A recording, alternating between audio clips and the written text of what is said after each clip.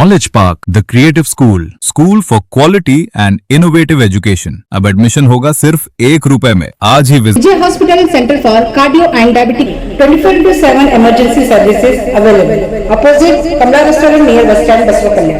Raichur district के देवदुर्गा में हुए दलित युवा की हत्या को लेकर कर्नाटका मादिगा वेलफेयर एसोसिएशन आई सरकार से इंसाफ की गुहार। नमस्कार, मैं वर्षा रानी, आप देख रहे हैं बीके न्यूज में आपका स्वागत है। कर्नाटका रायचूर डिस्ट्रिक्ट देवदुर्गा तालुका के सनकेश्वर हल गांव में दलित लीडर बीएसपी वर्कर भूमानंद दिनल 28 साल के युवक की बेरहमी से बीच रोड पर तेजधार हथियारों से हत्या कर दी गई।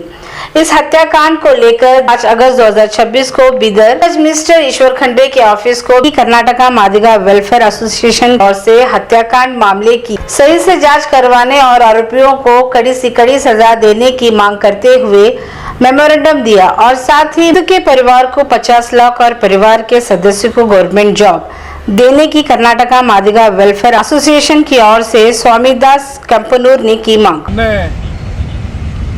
ರಾಯಚೂರು ಜಿಲ್ಲೆಯ ದೇವದುರ್ಗ ತಾಲೂಕಿನ K Giri silk and sari Jyoti Vidyalaya primary school admissions are open तेश्वर colony Lal Talab Basavakalyan Prabhu pharmacy paramedical and BCA college admissions are open.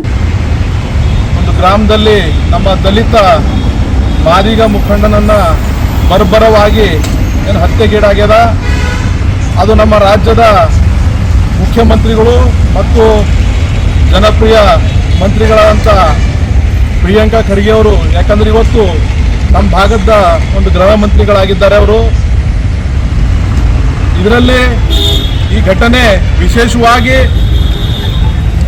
ಎಲ್ಲೋ ಒಂದು ಕಡೆ ಉದ್ದೇಶಪೂರ್ವಕವಾಗಿ ಈ ಒಂದು ಕೊಲೆ ಆಗಿದೆ ಅಂತ ಶಂಕೆ ಆಗಿದೆ. ಈಗಾಗಲೇ ರಾಯಚೂರು ಜಿಲ್ಲಾ SP ಅವರು ಕೊಲೆ ಮಾಡಿದಂಥ ವ್ಯಕ್ತಿಯನ್ನ ಬಂಧಿಸಿದ್ದಾರೆ. ಬಟ್ ಅದರ ಹಿನ್ನೆಲೆ ಏನು, ಒಂದು ಕೊಲೆ ಮಾಡಬೇಕಾದ್ರೆ, ಒಂದು ಜೀವ ತೆಗಿಬೇಕಾದ್ರೆ ಅದ್ರ ಹಿನ್ನೆಲೆ ಬಹಳ ಅವಶ್ಯಕತೆ ಇರ್ತದ. ಅದು ಪೂರ್ಣ ಪ್ರಮಾಣದಲ್ಲಿ ತನಿಖೆ ಆಗಬೇಕು. ಮತ್ತೇನು ಕೊಲೆಗೀಡಾಗ್ಯದ ಕುಟುಂಬಕ್ಕೆ ರಕ್ಷಣೆ ಕೊಡಬೇಕು. ಮತ್ತು ಆ ಕುಟುಂಬದಲ್ಲಿ ಅವರು ಒಂದು ಪರಿಹಾರ ಧನವಾಗಿ ಒಂದು 50 ಲಕ್ಷ ರೂಪಾಯಿ ಪರಿಹಾರ ಕೊಡಬೇಕು ಸರ್ಕಾರ. ಮತ್ತು ಅವ್ರ ಕುಟುಂಬದಲ್ಲಿ ಒಂದು ಸರ್ಕಾರಿ ನೌಕರಿ ಕೊಡಬೇಕಂತಕ್ಕಂಥ ಮಾತನ್ನು ನಾವು ಬೀದರ್ ಜಿಲ್ಲೆಯಲ್ಲಿಂದ ಒತ್ತಾಯ ಮಾಡ್ತಾ ಇದ್ದೀವಿ.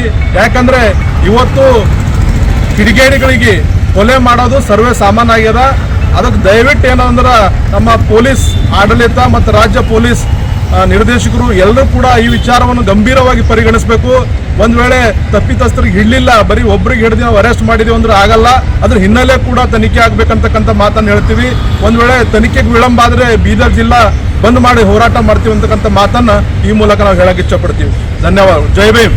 ತಮ್ಮ ಹೆಸರು ಹೇಳಿ ಸರ್. ಸ್ವಾಮಿದಾಸ್ ಕೆಂಪೇನವರು.